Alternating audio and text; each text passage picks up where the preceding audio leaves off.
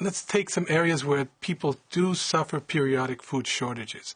They're often areas that are affected by water scarcity or frost, like in the high mountains. And there are grains that are adapted to these environments much better than maize, or certainly wheat is not, or that seem to be preferred in global food trade.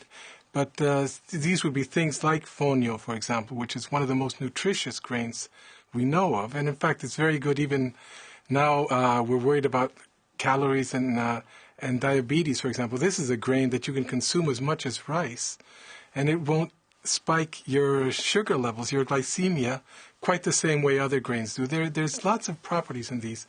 The millets, the sorghums, use less water, and they're as nutritious, or more nutritious in many cases.